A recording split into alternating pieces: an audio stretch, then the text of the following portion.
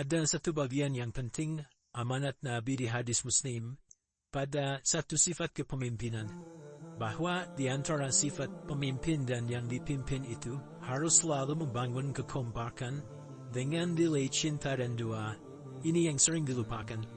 Nabi pernah menyampaikan, dan penyampaian ini hadis ini didokumentasikan oleh Imam Muslim dalam satu kalimat yang singkat, padat tapi mengikat. Khiyaru a'immatikum man tuhibbunahu wa yuhibbunakum. Pemimpin yang baik itu adalah pemimpin yang kalian mencintainya dan dia pun mencintai kalian. Nah, membangun cinta itu salah satu jembatannya dengan doa. Oleh karena itu, di antara doa yang dianjurkan saat Anda memulai pekerjaan, itu bukan hanya untuk pribadi, lancarkan pekerjaan saya, tapi juga sehatkan pimpinan saya. Pimpinan mendoakan sehatkan anggota saya, sehingga semua itu melahirkan sifat harmoni yang memberikan kenyamanan dan kebahagiaan dalam bertugas. Izinkan saya mengawali dengan itu dulu karena itu di antara sunnah yang seringkali terlupakan, sehingga bekerja itu lebih banyak dilakukan dengan tekanan menyelesaikan tugas dibandingkan dengan rasa cinta untuk bisa memberikan nilai ibadah di dalamnya. Yang kedua, semoga salat kita diterima oleh Allah Subhanahu wa Ta'ala. Yang kedua, ini tidak cukup dengan abin, kita harus tahu dulu standar penerimaan itu seperti apa. Dan yang kedua, kenapa harus salat? Ini poin pokoknya. Kenapa sih umat Islam itu cukup hanya misalnya dengan bersyahadat saja dipandang sudah berislam, lalu berbuat baik? Kenapa mesti ada salat? Kenapa bahkan yang pokok sampai 5 waktunya? Dan jumlah rakaatnya pun diatur sedemikian rupa sampai teknisnya pun dijelaskan dengan rinci. Saking rincinya, bila ada yang menyimpang dari rincian itu, maka dianggap salatnya tidak sah dan mesti diulang. Sallu kama ra'aitumuni usalli, salatlah kalian seperti kalian persis melihat aku menunaikan salat. Dan dalam salat inilah kemudian ada sanad yang tersambung secara ketat sampai dalam hadis Muslim nomor hadis 397. Demikian di Al-Bukhari juga diabadikan di nomor hadis 757 oleh sahabat Abu Hurairah. Sanadnya tersambung kepada Halad bin Rafi az-Zuraiti, seorang yang salat di samping Nabi tapi bermasalah salatnya. Lalu Nabi meminta beliau untuk mengulangi salatnya sampai 3 kali peristiwa itu, hingga beliau berkata, "Ya Rasulullah, ya kama qalat, alimni ma uhsinul ghairah." Ya Rasulullah, tolong ajarkan kepadaku karena aku tak punya pengetahuan lebih dibandingkan dari apa yang telah aku kerjakan. Nah, dari dasar ini melahirkan satu pertanyaan kritis, dan juga perlu argumentasi yang kuat secara syariah mengapa kita menunaikan ibadah salat. Baik teman-teman sekalian, karena waktu kita sangat padat, kita manfaatkan sebaik-baiknya. Saya mohon izin, kajian kita akan lebih fokus kepada inti materi, sehingga manfaatnya lebih banyak kita dapatkan. Salat, satu-satunya amalan di dalam Islam yang mencakup 4 bagian pokok dalam beragama. Jadi ketika seseorang menetapkan dirinya beragama, dan ciri satu nilai agama itu bernilai benar. Dalam nanti kalau kita mau komparasikan atau kita riset, itu ciri pokoknya ada 4. Satu, ada aspek, namanya aspek keyakinan, tauhid atau akidah. Gak mungkin kan beragama kalau gak yakin. Karena itu pasal 29 ayat kedua itu mengandung nilai keyakinan. Negara menjamin kemerdekaan tiap-tiap penduduk untuk memeluk agamanya masing-masing dan beribadah menurut agama dan kepercayaannya. Itu, jadi gak mungkin kita bisa menghasilkan nilai kepercayaan dan ibadah kalau tidak ada unsur keyakinan, atau bahasa kita yang disebut dengan iman. Iman itu nanti juga dipaku dalam setiap nilai kebangsaan di konteks Negara Kesatuan Republik Indonesia. Jadi yang paling membahagiakan. Jadi mau jadi pegawai apapun itu syarat, salah satu syarat yang melekatnya beriman dan bertakwa kepada Tuhan Yang Maha Esa. Jadi kan, kemarin saya di BPK itu ada 11 bab Romawi, 40 pasal. Di bab yang keempat pasal 13 tentang pemberhentian dan pengangkatan itu ada 11 poin A sampai K. Di poin B yang keduanya, syarat menjadi bagian dari anggota BPK itu beriman dan bertakwa kepada Tuhan Yang Maha Esa. Baik di Undang-Undang Pendidikan Sisdiknas nomor 20 tahun 2003, itu kalau kita baca dari poin menimbang H4, di poin B-nya saja sudah ada iman. Ya, Undang-Undang Dasar 1945 mengamanatkan pemerintah mengusahakan satu sistem pendidikan nasional yang meningkatkan keimanan dan ketakwaan pada Tuhan Yang Maha Esa serta akhlak mulia, baru mencerdaskan kehidupan bangsa. Secara singkat, satu, agama dianggap benar kalau ada doktrin keimanan, ada akidah, ada tauhidnya. Yang kedua, ada ibadahnya. Ya, sebagai pembuktian kita beriman, bukti apa? Saya beriman kepada Tuhan, kita tetapkan, misalnya Allah. Apa pembuktian keberimanan kita kepada Allah? Ya, kan pembuktian itu mesti diwujudkan dalam bentuk sikap. Sikap itulah yang disebut dengan ibadah. Konsepsi ini dari Quran surah ke-20 Taha, ayat ke-14. Innani anallahu la ilaha illa ana fa'budini. Sungguh, aku tegaskan bahwa akulah Allah, satu-satunya Tuhan yang layak dipertuhankan dan disembah. Ketika Anda mempertuhankan aku, fa'budni, maka buktikan kebertuhananmu kepadaku dengan menyembahku. Karena itu namanya Allah punya dua arti. Satu yang dipertuhankan, ilahun wahid. Yang kedua yang disembah. Ya, jadi yang dipertuhankan dan disembah. Oke. Yang ketiga harus punya unsur praktikal atau implementatif dalam interaksi kehidupan. Ya, jadi bukan cuma menyembah Tuhan, bimbingan kehidupannya apa? Implementasi dari ibadah itu. Ya, ciri umat beragama itu kan bukan hanya sekedar saya yakin, beriman, saya ibadah. Terus bukti ibadah itu dibawa dalam berinteraksi hariannya seperti apa wujudnya. Ya, makanya ketika dulu orang itu jujur, orang itu bangga dengan kejujurannya bukan sebagai orang jujur, tapi sebagai Muslim. Jadi ketika ditanya, kenapa Anda jujur? Karena saya Muslim. Ketika ada seorang penggembala di Sahara yang sangat gersam, diuji oleh Umar bin Khattab, ingin diambil kambingnya, kan kisahnya viral kan. Baik ya? Oh, tapi ini bukan punya saya. Bilang aja pada Tuhan Anda, kalau kambingnya hilang satu dimakan serigala, lantas di mana Allah? Jawaban itu yang menggetarkan kepada jiwa. Jadi kebenaran yang diungkap dengan sikap kejujuran itu implementasi dalam beragama. Jadi praktek ibadah ada di muamalah. Oke, satu akidah. Akidah dibuktikan lewat ibadah, ibadah diimplementasikan dalam muamalah. Itulah sebabnya nanti seluruh bagian tubuh kita ketika digunakan untuk bersifat dan bersikap, itu ada tuntunan iman di dalamnya. Oke? Misal, saya tanya begini ya, ini mukadimah ya, kita belum mulai nih. Saya tanya gini, apa fungsi mata? Tuh kan, sudah keliru kan? Kalau hanya melihat, hewan juga melihat. Ya, coba kambing melihat, dengan elang melihat. Lalu apa bedanya fungsi mata kita dengan mata hewan? Ternyata ketika kita meriset ayat-ayat Al-Quran terkait dengan fungsi tubuh kita, itu rata-rata dibuka dengan iman dulu. Quran surah 24 surah Cahaya, ayat 32 laki-laki 31 perempuan. Qul lil mu'minin, ya Muhammad katakan viralkan pada pria-pria yang menyatakan diri telah beriman. Yaghuddu min absarihim, gunakan pandangannya itu yang dibimbing oleh imannya untuk melihat yang baik saja menurut standar imannya. Jadi kalau menurut imannya tak baik, nggak boleh dilihat.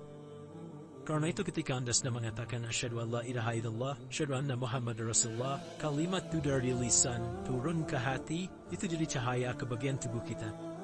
Makanya ketika Anda melihat, itu ada cara pandang tertentu yang dibimbing iman, standarnya beda dengan tanpa iman. Kalau nggak ada iman, semua mungkin terlihat. Tapi ketika ada iman, hati kecil Anda akan bicara, ini nggak baik. Palingkan, nak memalingkan dari yang tak baik menurut iman, itu namanya ladul basar. Oke, perempuan juga begitu, setara. Wa kullul mu'minati yazubudna min absarihinna. Dan katakan pada setiap perempuan yang menyatakan dia beriman, maka gunakan pandangan itu dengan bimbingan imannya. Ketika tak baik menurut imannya, palingkan. Anda lihat kajian di YouTube, ada iklan kan? Terus meneruskan dari iman gak bagus, itu otomatis akan gak suka itu. Ya, pasti palingkan. Ya, nah kalau naik pesawat ya, tugas keluar, berbagas tugas keluar. Kalau pramugari lagi demo, yang lihat pramugari apa demonya. Iman itu akan bekerja di situ tuh. Ya, palingkan tuh. Sama dari mata turun ke muncul langsung ke hati aja. Ke lisan dulu kan? Ya, kemulut kan, itu mulut itu ketika digunakan fungsinya, imannya disebut dulu. Quran Surah 49 ayat 11 misalnya, Ya ayyuhalladina amanu imanin dulu, la yasrakum minkum. Ayat 12-nya, la yaghtab ba'da. Hai orang-orang telah menyatakan beriman. Kalau pakai alladina disebutkan 1080 kali dalam Al-Quran, itu kalimatnya diksinya singkat, padat, mencakup semua tanpa sekat. Jadi kalau laki-laki, perempuan, tua, muda, besar, kecil, beda strata, duniawi, itu semua tercakup di dalamnya. Hei semua yang telah menyatakan beriman, gunakan imanmu untuk membimbing lisanmu bertuturan. Kalau masih merasa punya iman, jangan gunakan lisan untuk mencela merendahkan orang. Untuk bergibah membuat hoax. Didetailkan oleh Nabi kalimat jelas, Man kana yu'minu billahi wal yawmil akhir, falyakul khayra aw liyasmut. Siapapun dari alladina ketika dirinci pakai man. Ya, man itu bentuk tunggal. Ya, personal, tapi maknanya general. Jadi kalau Anda, saya, kita baca ayat atau hadis ada man, posisikan Nabi sedang bicara ke kita. Ya, di hidayat diposisikan Nabi bilang gitu tuh.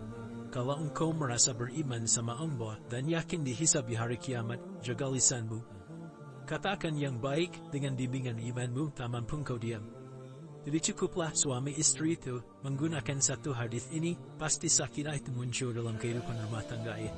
Ya, itulah sebabnya kenapa sakinah didahulukan dibanding mawaddah. Hati-hati ya, Mbak, walaupun namanya sakinah gak ada, ini gak akan datang dulu ketenangan. Ya, ada yang tahu gak rasanya kenapa sakinah duluan dibanding mawaddah? Ya, 5 juta. Waktu habis, kenapa padat sekali? Maddah, jamaknya mawaddah. Rasa kasih yang tumbuh dari pemberian materi. Jadi kalau rumah tangga itu ingin cenderung pada kebahagiaan, boleh berbagi dengan materi. Ya, istri cemberut, Anda datang dengan senyuman, sayang, kenapa? Ya, nih mas 2 kilo nih, itu pasti sehat lagi tuh. Itu mawaddah. Tapi maaf, walaupun Anda mapan bekerja, harta cukup melimpah, ruah, tapi tidak ada ketenangan di rumah tangga, tidak ada sakinah, maka hampa kehidupan rumah tangga itu. Itulah sebabnya kenapa di Quran sakinah lebih dulu dibandingkan dengan mawaddah. Saya tanya ibu deh, ibu pilih mana? Kaya tapi gelisah, atau miskin tapi tenang? Oke. Saya paham itu. Saya suami bersepakat semua artinya apa, kita nggak bisa menghilangkan unsur ketenangan. Oke, itu hanya pembuktian argumentatif ya, supaya akardiannya lebih kepada argumen. Jadi ada akidah berkorelasi dengan ibadah, implementasi di aspek muamalah. Nanti cara bermuamalahnya diatur lewat akhlak namanya. Bagaimana bermuamalah yang baik? Kan Anda, maaf ya, berekspresi kepada pimpinan dengan kawan kan berbeda. Kepada orang tua dengan anak kan lain. Yang mengatur interaksi kita sehingga terjalin harmoni yang baik, itulah yang disebut dengan akhlak. 4 poin inilah yang menjadi inti dakwah Nabi Sallallahu Alaihi Wasallam ketika diutus oleh Allah Subhanahu wa Ta'ala, memastikan 4 ini bisa optimal kita lakukan dalam kehidupan. Bonusnya yang kelima, selalu meningkatkan inovasi sehingga selalu mendapatkan hal baru dalam kehidupan. 5 ini digabungkan di Quran Surah kedua Al-Baqarah di ayat 151. Kama arsalna fikum rasulam minkum yatslu alaikum ayatina 1. Wa yuzakkikum 2. Akhlak. Wa yu'allimukumul kitaba 3. Wal hikmah 4. 5. Wa yu'allimukum ma lam takunu ta'lamun.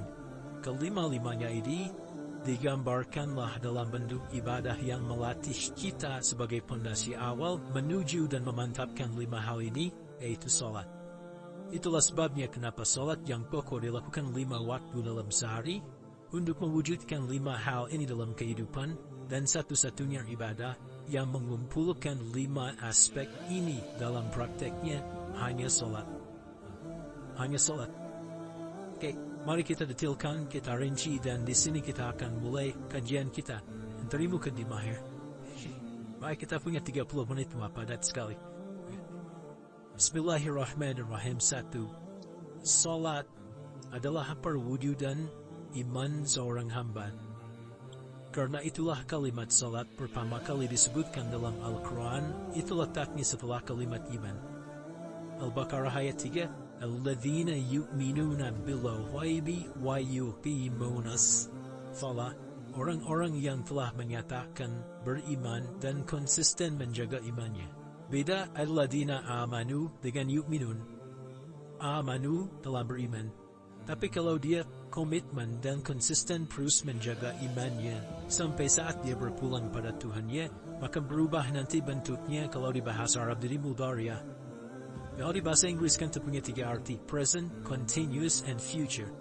Jadi kalaupun sekarang terus berlangsung sampai masa depan pun saya tetap akan beriman. Nah, pembuktian untuk menjaga iman itu pembuktian utamanya pada salat. Itulah sebabnya satu-satunya amal ibadah dari rukun Islam yang 5 itu, ya satu-satunya amal ibadah yang disebut iman dalam Al-Quran hanya salat. Teman-teman boleh buka Quran surah kedua Al-Baqarah di ayat 143. Ya, di pertengahan ke ujung ayatnya saya percepat. Wa ma kana Allahu liyudhi'a imanakum. Dan Allah gak akan pernah menyia-nyiakan salat seseorang yang dikerjakan karena imannya. Ayat ini turun ketika ada terjadi pergantian arah kiblat dari yang tadinya semula ke Masjidil Aqsa lalu berputar 180 derajat beralih ke Masjidil Haram. Nabi sedang berada di luar Madinah. Madinah tempo dulu wilayahnya nggak seluas cakupan sekarang. Kalau diilustrasikan area sekitaran Masjid Nabawi sekarang itulah Madinah lah. Di luar itu sudah di luarnya. Nah, Nabi sedang sholat, riwayatnya banyak menyebutkan ada yang mengatakan Zuhur, ada Asar, ada Maghrib. Di pertengahan itu turunlah Al-Baqarah ayat 144. Qad nara taqalluba wajhika fis sama' falanwalliyannaka qiblatan tardaha fawalli wajhaka shatr al-masjidil haram. Maka berputarlah dengan turun ayat ini 180 derajat menghadap ke arah Masjid Al-Haram. Problemnya adalah ketika Nabi dan pengiring beliau kembali ke Madinah, area Masjid Nabawi, kan gak semua masyarakat ikut. Maka virallah informasi itu bahwa kiblat telah beralih ke kiblat awal yaitu Ka'bah al-Musharrafah. Maka penduduk panik pada saat itu. Status salat kami yang tadi dikerjakan bagaimana? Karena sedang gak bisa diulang, sudah pindah waktu. Maka turunlah kemudian firman Allah yang Al-Baqarah 143 itu, Wa ma kana Allahu liyudhi'a imanakum. Karena engkau mengerjakan salat dengan imanmu, maka Allah gak menyia-nyiakan imanmu itu. Maksudnya apa? Walaupun arah kiblatnya tidak tahu mengarah kepada sisi yang belum berubah, tetap dihitung pahalanya sempurna karena imannya. Nah, ini nanti yang menjadi landasan turunnya Al-Baqarah ayat 115. Walillahil masyriq wal maghrib fa'ainama tuwallu fathamma wajhullah. Kalau Anda sedang tugas nanti di lapangan, lalu sulit menemukan arah kiblat, aplikasi susah karena siang gak masuk misalnya, kemudian juga matahari agak remang-remang sehingga sulit untuk terlihat patokannya, maka dengan keyakinan dengan iman itu menghadaplah ke arah yang kita yakini, maka berlakulah Al-Baqarah 115. Di saat itu diterima amal ibadah kita sama dengan yang menghadap kiblat dengan dasar imannya. Nah, pengertian terbaliknya mafhum mukhalafahnya, maka Nabi mengatakan al-farqu bainal mu'min wal kafir tarkus shalah. Beda antara orang yang beriman dengan yang belum beriman adalah pada salatnya. Jadi kalau ada orang mengatakan sudah beriman dan tidak menunaikan salat, ini artinya keimanannya belum diakui sepenuhnya oleh Allah Subhanahu wa Ta'ala. Plus ya, halo, kenapa sedih begini? Maaf saya terlalu cepat gak? Enggak ya, baik. Jadi dalam poin ini penting pembedanya di salat. Itulah sebabnya kenapa dari kecil dan usia sekian, dari mulai 3 ke arah 7 tahun contohkan, ya orang tuanya salat bentangkan sejadah. Kalau bisa kalau anak sudah mulai suka tuh kasih model sejadah yang anak-anak suka bentuknya. Ya dulu ada anak saya senang model mobilan, saya tidak sebutkan supaya tidak endorse itu ya. Dikasih sejadah yang pola itu, dia senang tuh ikutin, kita nggak minta salat, dia datang sendiri. Ya, nanti setelah mulai 7 tahun kan baru diajarkan dengan baik, diajak ke masjid kalau yang laki-laki, demikian seterusnya. Ya, mengapa dari awal dituntun seperti itu? Untuk memberikan sebuah penguat bahwa penjagaan iman dimulai dari sejak dini. Ya, tapi di Indonesia saya perhatikan kelasnya sudah advance. Ya, TK sudah manasik gitu. Itu satu ya, karena nanti kalau Nabi bilang begitu artinya akan terjadi orang mengatakan beriman tapi tidak salat. Ya, makanya keras dari awal Nabi katakan bahwa pembeda antara orang yang beriman dengan yang baru klaim beriman itu pada salatnya. Ya, pada salatnya mengerjakan salat, maka sah status imannya, tidak menunaikan salat maka bermasalah imannya. Itu poin yang pertama. Yang kedua, teman-teman sekalian, ibadah. Kita lanjut ya. Salat adalah bagian pokok terpenting dari ibadah. Nah, di sini kita akan mulai membuka sedikit rahasia terkait dengan aspek ibadah ini. Teman-teman sekalian, ternyata salat ini ketika oleh Allah diturunkan dalam Al-Quran, dalam konteks penunaian ibadah, bukan berarti hanya mengkoneksikan atau mengkorelasikan hubungannya dengan iman saja, bukan. Karena saya beriman, saya buktikan ibadah nyembah Allah lewat salat. Dalilnya Quran surah ke-20 ayat 14. Innani anallah, la ilaha illa ana. Aku tegaskan akulah Allah, gak ada Tuhan yang layak dipertuhankan dan disembah kecuali saya. Fa'budni, kalau Anda telah menyatakan beriman padaku, buktikan keberimananmu dengan menyembah saya dalam ibadah. Bentuknya bagaimana ya Allah? Teruskan ayatnya. Wa aqimis sholata. Tunaikan salat sebagai bukti ibadah itu li dzikri, sebagai zikir kepadaku. Jadi, korelasi antara ibadah dengan iman sudah kita sebutkan dalilnya. Sekarang ibadahnya tersendiri ketika ditunaikan. Apa manfaat dari ibadah itu? Mengapa mesti ada 5 waktu? Dan apa turunan manfaat dalam kehidupan kita? Kalau kita mengerjakan itu, dampaknya kepada kehidupan kita apa? Nah, inilah indahnya di dalam Islam, dijelaskan dalilnya, diberikan contohnya, diberikan alasannya, dan yang paling indah, diberikan penjelasan dengan detail tentang manfaat-manfaatnya. Ini tidak ditemukan di dalam konsep keyakinan manapun. Kalau teman-teman boleh mau riset silakan. Ada nggak satu keyakinan agama tertentu yang dari ibadahnya itu diatur? Cara memulainya, bacaannya, detailnya, manfaatnya, waktunya, sampai dengan hasilnya sampai kiamatnya. Ini menunjukkan bukan karya manusia. Bukan karya manusia. Kalau karya manusia setiap orang bisa buat itu. Ya, ketika ini menunjukkan bukan karya manusia, maka pertanyaannya dengan cara apa lagi Allah memberikan pembuktian pada kita bahwa Ia Tuhan yang hak yang harus kita sembah. Kalau sudah paham, mari kita rincikan turunan tentang salat ini. Kita mulai satu-satu teman-teman sekalian dari waktu salat. Seperti kita ketahui, waktu salat ada 5. Tapi yang sering kita dapati dari yang 5 ini tidak semua orang mengetahui tentang makna dari nama dan pembagian di waktu ini. Yuk kita mulai rincikan. Salat yang pertama namanya apa? Tidak usah khawatir menang gak dapat hadiah. Kalau benar, salah juga keterlaluan. Oke, 1, subuh. Dia satu-satunya nama salat yang punya 2 nama ya. Subuh dan fajar. Oke, fajar 4 waktu salat. 2, zuhur. 3, asar. 4, maghrib. 5, isya. Oke, rumus hitungannya 24, 434. Oke, rumus bilangannya 24, 434. Kalau mau tanya nomor koneksi dengan Allah, 24, 434, 2 subuh, 4 zuhur, 4 asar, 3 maghrib, 4 isya. Oke, pertanyaannya, apa artinya nama itu? Selama ini jangan-jangan kita hanya tahu namanya tapi tidak memahami mananya. Itu poinnya. Oke, sekarang mari kita mulai. Izin saya tidak punya kemampuan untuk menuliskan, ya karena memang saat ini terbatas, tapi kalau diperkenankan bisa kita coba uraikan sedikit. Baik. Ya, 9 zakallah khair. Tadi Ustaz. Mohon fokus baik-baik karena waktunya tinggal 21 menit lagi. Izin saya pastikan dulu ya supaya terlihat dengan baik. Ibu kelihatan di sana? Bagus. Bagus nih. Saya kira itu hanya di Sumbawa Barat. Ternyata di Pertagas pun perempuan-perempuan imannya luar biasa. Maksudnya belum saya tulis tak kelihatan. Ya, imannya luar biasa. Oke, kita mulai dari yang pertama ya. 5 waktu salat. Kita mulai dari 1 dulu. Subuh, teman-teman saya turunkan dulu ya. Izinkan saya tulis pakai bahasa Arab dulu supaya gampang. 1, dia punya 2 nama. Yang ke Arab ya, kalau yang gini yang ke Hindi. na yang di admin komputer basitaw. Ada Fajr. Kata subuh ditemukan di Al-Quran surah ke-81 at Takwir ayat 18. Kalau keliru tolong diingatkan.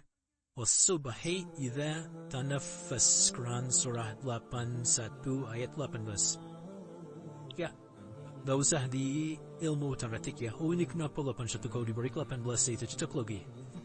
Ya, abaikan aja itu. Ya, Fajr agak banyak di Quran terkait dengan nama salatnya dari Quran surah ke-17 di ayat 78. Oke, misfalat liduluki syamsi ila ghasaqil layli wa Quran Fajr, inna Quran al-Fajri kana masyhuda. Yuk kita mulai kemananya dulu. Ingat rumusnya ya. Rumusnya ini selalu gini rumusnya. Oke dah. Selalu punya korelasi dengan ibadah. Ibadah selalu punya korelasi dengan muamalah, interaksi harian kita. Muamalah hiasannya adalah akhlak. Barulah kemudian di sini muncul inovasi dalam kehidupan, hal yang baru. Hidup ya, yang mengacu pada dua kebahagiaan, yaitu dunia dan akhirat. Ya, konsepsi ini nanti ditemukan di Quran surah ke-2 Al-Baqarah ayat 201 dan menjadi doa paling favorit umat Islam Indonesia saat ini. Rabbana atina fid dunya fil akhirati. Oke, ya cukup. Subuh. Ini rumus dasarnya. Dari akidah, kita beriman, pembuktian imannya lewat ibadah solat. Apa hubungan solat dengan aktivitas harian kita? Subuh asalnya berkorelasi dengan kata asbah. Oke? Asbah itu asalnya sesuatu yang sudah siap dengan rencana yang matang. Baik, orang Arab tuh kalau bertanya begini, kaifa asbahta ya akhi? Kaifa asbahti ya ukhti? Bagaimana kabarmu di pagi ini? Itu bukan hanya nanya kabar kesehatan. Beda dengan kaifa haluk, beda. Ya, itu bertanya, bagaimana kabarmu hari ini, aktivitasmu bagaimana? Lancar, sudah siap, planning bagus, dan sebagainya. Ya, itulah sebabnya ketika Allah bersumpah dengan awal waktu, penandanya adalah planning kegiatan. Ya, was-subahi, dan aku bersumpah, demi waktu subuh, awal mula untuk berkegiatan, idza tanafas, apabila sudah mulai bergerak. Bersamaan dengan nafas yang keluar itu, maka sudah jelas rencana yang dibuat. Ya, jangankan kita semua alam itu, semesta itu seluruhnya bukan hanya bertasbih, tapi beraktivitas dalam tasbihnya. Di waktu subuh, matahari sudah mulai bersinar kan? Ya, dan sinarnya mengambil manfaat loh. Mengandung nilai manfaat, memecah keheningan malam dan menghilangkan kegelapannya. Gelap mulai hilang, datang kemudian sinarnya memberikan kita bimbingan untuk beraktivitas. Tumbuhan dimulai waktu itu sudah mengeluarkan oksigen, menyerap karbon dioksida. Saya waktu di Utrecht, di Delft di Belanda, ya saya coba ingin membuktikan. Kan ada nggak terdengar keluar ya? Jadi sebelum waktu subuh itu saya keluar, kebetulan flatnya waktu itu dekat area hutan yang agak rimbun, enak itu udaranya bagus. Itu sebelum subuh terasa karbon dioksida. Walaupun cuma beda, hampir 1 menit. Tapi begitu masuk waktu subuh, keluar kesegaran yang luar biasa.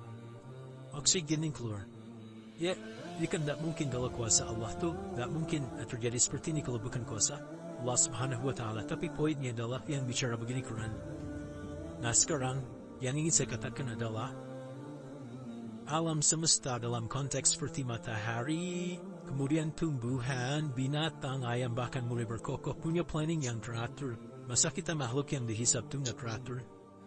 Nggak punya perencanaan? Maka subuh itu mengajarkan kepada kita, jangan sampai ada orang Islam yang punya keimanan, lalu menunaikan salat, diajarkanlah oleh Allah, setiap masuk subuh itu harus punya agenda yang jelas. Planning yang terukur, jangan terjadi mengaku Muslim beriman tapi nggak jelas perencanaan hidupnya. Jam 7 mau di mana? Jam 8 kerjakan apa? Anda dari sini ketemu 7 ke 4 atau setengah 8 ke setengah 5, 8 jam kerja. Oke, berangkat jam berapa? Petakan di jalan macetnya di sebelah mana? Ukur sampai kantor tiba jam berapa? Apa yang mau dikerjakan di kantor? Itulah Islam, itulah subuh. Sehingga tidak ada satupun orang Islam di era Nabi mengajarkan beraktivitas kecuali terukur dan teratur. Bahkan Nabi memulai itu evaluasi di malam hari. Sehingga turun di antara surah Al-Insyirah itu ada ayat yang tegas menyatakan di ujungnya, فَإِذَا فَرَغْتَ False evaluasi yang telah berlalu di malam hari. Evaluasi menyeluruh sampai ke zikirnya. Dicatat nih, ya aku hari ini secara spiritual itu, mohon maaf, salat jamaahnya berapa waktu tuh? Dari 5. Oke, misalnya dari 5 itu cuma 4, berarti koreksi ada yang kurang. 1. Ya, yang kedua, secara intelektual sudah berapa bacaan yang dibaca saat ini, ilmu yang ditingkatkan, mensyukuri anugerah akal dan sebagainya, bekerja sempurna enggak, turunkan ibadahnya bagaimana, ketika ada yang kurang istighfari. Ya, sebagai seorang ayah, ada nggak sesuatu yang salah yang dilakukan belum sempurna? Sebagai seorang ibu, anak dan sebagainya, istighfar itulah sebabnya sebelum tidur lebih ajarkan istighfar. Yang kita tahu 70 kali kan? 100 kali. Yang saya tanya, 1 ke 70 itu istighfar apa saja? Apakah hanya bilangan, tulisan? Atau dari lisan, diingatkan oleh pikiran, ditembuskan ke hati? Istighfar sebagai seorang ayah yang kurang maksimal melihat anak dengan baik. Anda boleh punya jabatan di kantor, boleh direktur, boleh manajer, boleh macam-macam, tapi ketika Anda pulang, Anda seorang ayah. Saya di Timur Tengah disebut Syekh, di sini dipanggil Kiai, dipanggil Ustaz. Pulang ke rumah, anak saya nggak kenal itu semua. Anak saya nggak peduli itu semua. Belum pernah seumur-umur saya mengajar, lalu saya pulang, anak saya menunggu depan pintu dan memanggil Kiai. Ya ingin ayah ya. Kenapa nggak kita hadirkan istighfar pertama kita itu karena kita kurang perhatian. Maaf kita kurang perhatian kepada anak misalnya. Saya kalau pulang tengah malam, semua tertidur, saya lihat satu-satu. Perbaiki cara tidurnya, doa, lihat satu-satu, minta ampun sama Allah. Dan ya kadang sebelum mengalirkan air mata kita nggak bisa tidur karena nggak tahu nanti ketemu lagi di akhirat. Itu poin yang paling penting. Jadi istighfar pertama itu untuk diri kita ketaatan pada Allah, untuk diri kita sebagai anak pada orang tua, sebagai suami kita tanggung jawab istri atau sebaliknya, demikian seterusnya. Nah itu kalau sudah kita bisa lakukan, dievaluasi, direncanakan besoknya. Fa'idha farafta, fansab, direncanakan lagi yang berikutnya besok mau ngapain, tulis malam. Kalau kita biasakan begitu tidurnya enak. Karena nggak ada beban, damai hidupnya, dengan teman damai kalau ada perselisihan sebelum tidur. Jadi nggak ada orang mengigau itu masalah-masalah. Kehidupan dunia yang belum tuntas, ini dunia saat maaf terjaga bermasalah, saat tidur pun masih bermasalah. Goro-goro kau muni kapan istirahatnya. Nah ketika kita bangun dari subuh itu, maka rencana yang sudah kita siapkan itu teman-teman sekalian, dibawa menghadap Allah supaya minta kemudahan, minta kelancaran, minta pendampingan, minta bimbingan. Itulah sebabnya kita dipanggil sholat di awal waktu, supaya rencana yang sudah kita siapkan itu minta taufiknya, persetujuan dan perlindungan dari Allah. Inilah yang menjadikan rahasia umumnya para sahabat memulai berkegiatan sejak dari masjid. Teman-teman boleh resepi hadis-hadis tentang sholatnya, sahabat dan kaitannya dengan syuruk dan pekerjaan, rata-rata memulai dari masjid. Mereka tungguin evaluasi, begitu siap syuruk, minta sama Allah, berangkat. Saya mau kasih satu rahasia ya. Boleh jadi ijazah tapi dan rakit aja ya. Anda boleh lakukan berangkat ke masjid dengan baik. Terus minta bisa, ya Allah, kau perintahkan aku untuk berikhtiar, sekarang aku lakukan. Kau perintahkan aku untuk perencanakan, sekarang aku ikhtiarkan. Mohon lindungi, mudahkan, dan berikan bimbingan terbaik untuk mendapatkan hal yang wajar, halal, baik dan kau ridhai. Anda berangkat. Pulang. Sebelum nyampe rumah, mampir dulu ke masjid. Masjid terdekat dari rumahnya. Salat 2 rakaat situ. Ya, salatnya bisa salat wudu, tahiyatul masjid dan sebagainya. Setelah itu pulang. Doa dulu habis salat, ya Allah, aku telah berikhtiar seperti apa yang telah kau perintahkan. Sekarang aku memohon rizki darimu seperti apa yang telah kau janjikan. Kalau dengan semua ikhtiar ini belum cukup menurunkan rizki darimu, maka mohon tunjukkan padaku saat ini dengan cara apa lagi aku mesti berikhtiar. Oke? Silahkan Anda pulang dengan suasana itu ke rumah dan lihat apa yang terjadi. Rasakan bedanya, bedakan rasanya, dan pasti terasa bedanya. Tak ada kesannya main pada jiwa. Jadi yang dibawa ke rumah itu bukan aura kantor, bukan aura jalan yang macet, tapi ada ketenangan, kenyamanan, dan kenikmatan. Kalau teman-teman mau pakai sunnah sahabat ini dalam dunia pekerjaan dan Anda lakukan coba sehari ini saja, rasanya pasti beda. Ya, ini bagian pertama. Nah, ketika kita ingin datang menghadap Allah dan mulai membawa rencana kita, kan perlu isyaratnya kan kapan dimulai? O bisa tiba-tiba saya bangun jam 3 langsung salat subuh dan tidak begitu. Ya kan? Mesti ada satu sinyal dulu, yang dari sinyal itu ada feedback pada diri kita untuk merespon gitu kan. Nah, pancaran respon atas sesuatu yang memancar akibat satu hal yang terjadi. Kalau di gaya itu kan kalau ada gaya gerak dia dorong kan. Ya kalau nggak salah F1 sama dengan F2 kan. Gaya gerak sama dengan gaya dorong. Nah, dikit budinya chill kan, kencang biar kencang. Terus ada F berbanding lurus dengan P kembas kali ya. Gaya berbanding lurus dengan tekanan kan. Semakin banyak P semakin terpekan. Respon yang muncul ketika ada satu misalnya gaya, tapi responnya sifatnya materi sifatnya. Ya bisa, kalau Anda mau mengebor air, kan, kemudian keluar terpancar dari bawah itu keluar misalnya air, nah itu namanya infajar. Infajar. Dalilnya Quran surah kedua ayat 60.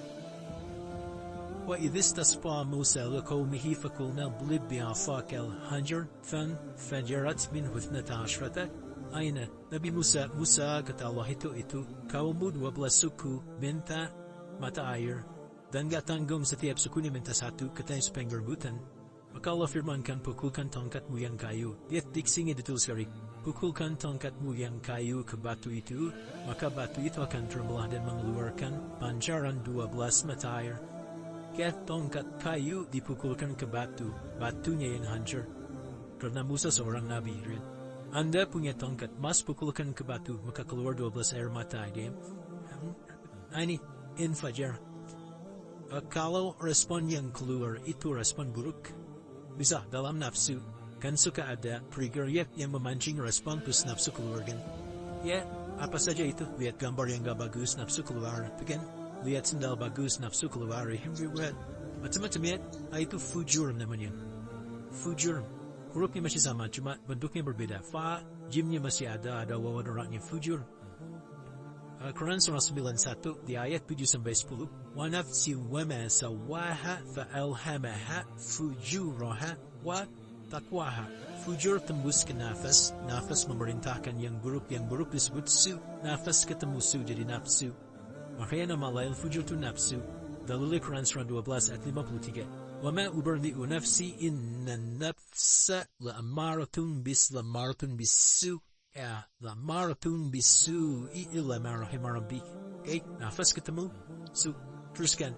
Tapi kalau pancarannya pada sifat yang baik. Okay, membelah sesuatu yang gelap menjadi baik, terbuka, memancarkan respon panggilan yang baik, maka berubah katanya menjadi fajar. Okay? Matahari diperintahkan oleh Allah, diperintahkan membelah kegelapan malam, keluarlah sinar pertamanya disebutlah fajar. Kenapa? Karena ada respon kebaikan keluar darinya.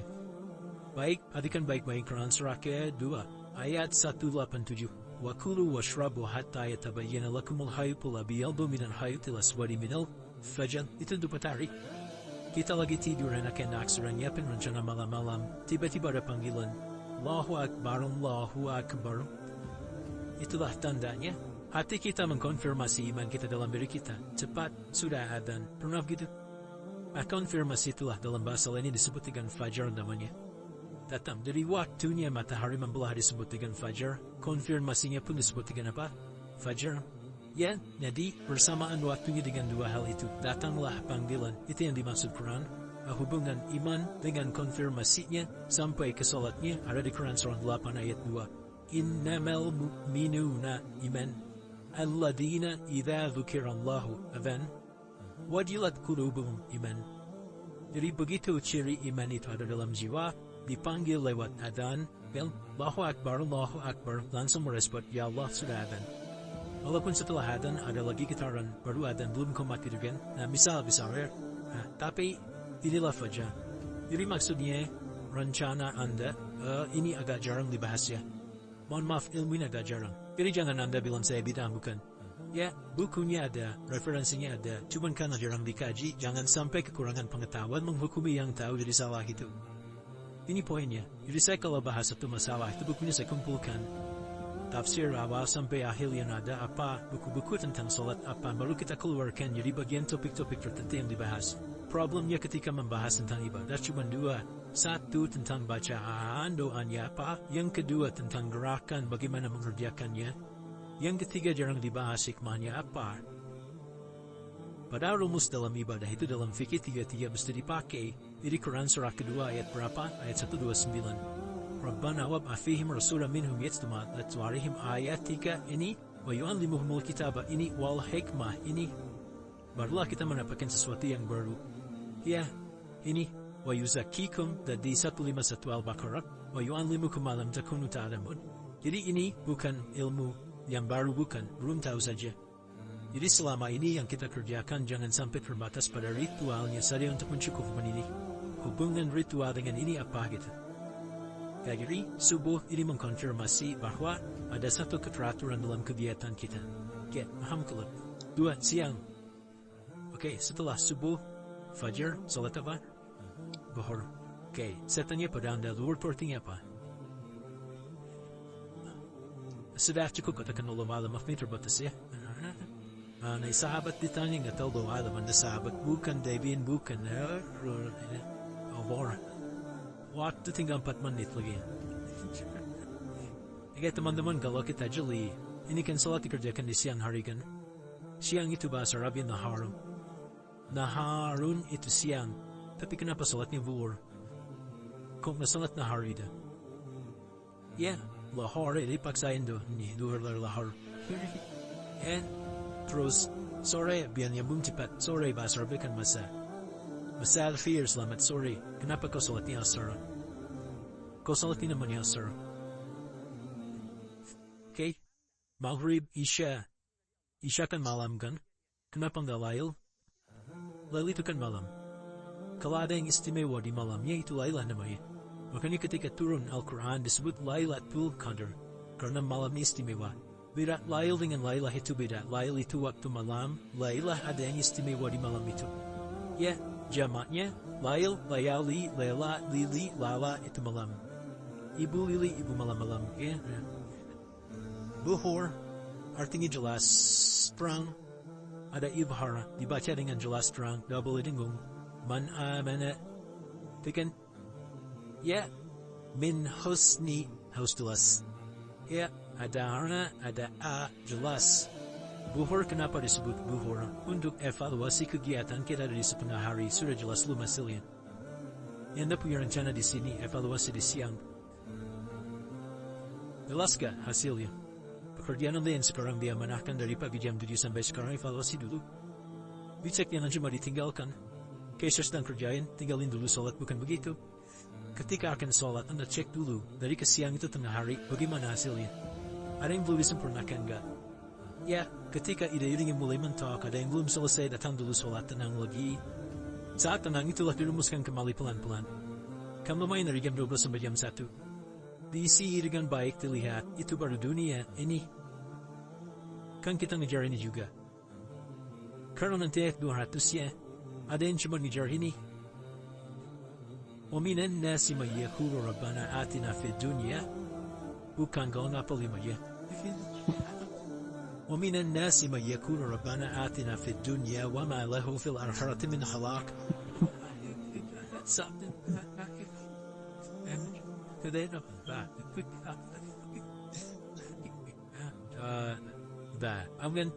Dan di antara manusia ada yang fokusnya hanya dunia yang dikejar, sehingga nak kebagian akhiratnya. Padahal dia tahu dia mau pulang. Yang lebih aneh lagi pengen pulang surganya Firdaus dekat dengan Nabi. Tapi tiap hari kerjakan dunia lagi, berangkat gelap, pulang gelap, terus meninggal gelap juga. Kan repot. Maka mesti investasikan. Anda kalau tugas keluar kena balik keluar negeri kan hukumnya beda. Bukannya pun tidak sama.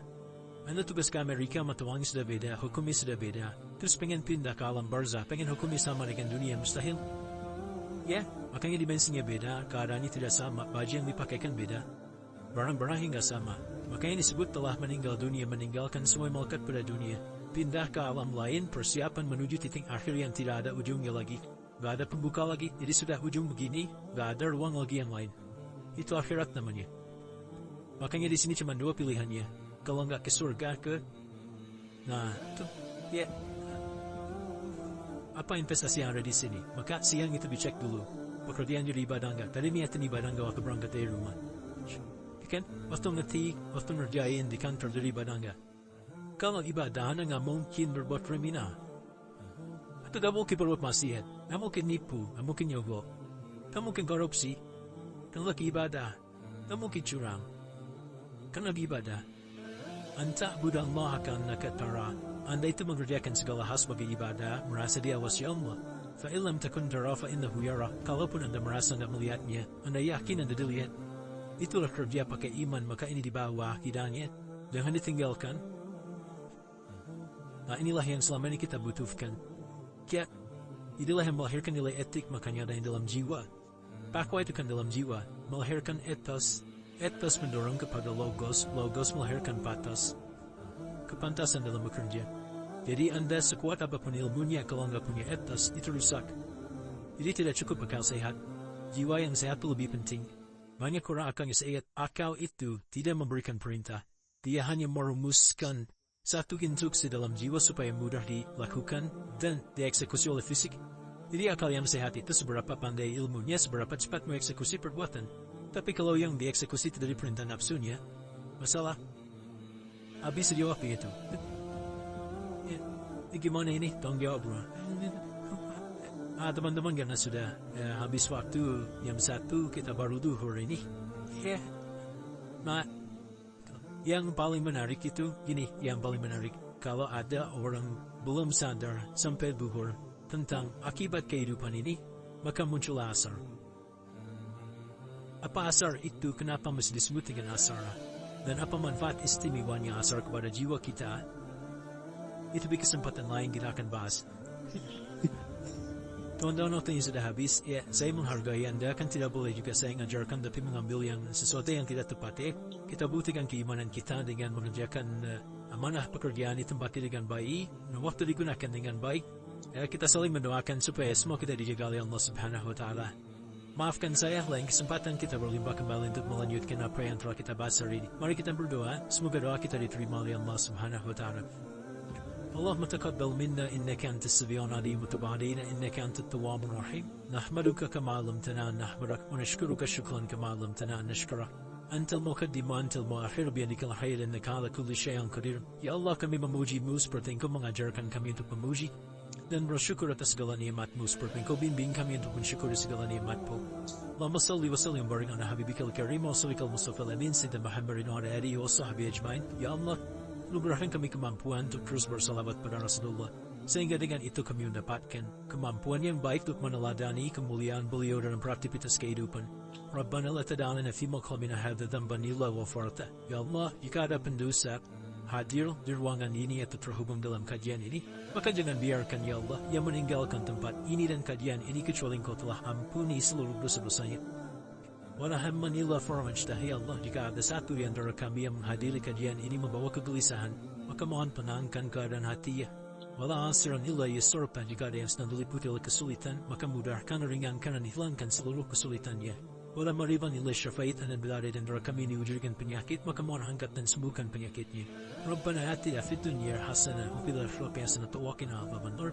وصلى الله على سيدنا محمد وعلى آله وصحبه أجمعين وآخر دعوانا سبحانك اللهم ربنا وبحمدك نشهد أن لا إله إلا أنت نستغفرك ونتوب إليك والحمد لله رب العالمين. Assalamualaikum karim, وبشر المؤمنين. Terima kasih untuk semuanya. Mohon maaf kami langsung pamit. Assalamualaikum warahmatullahi wabarakatuh.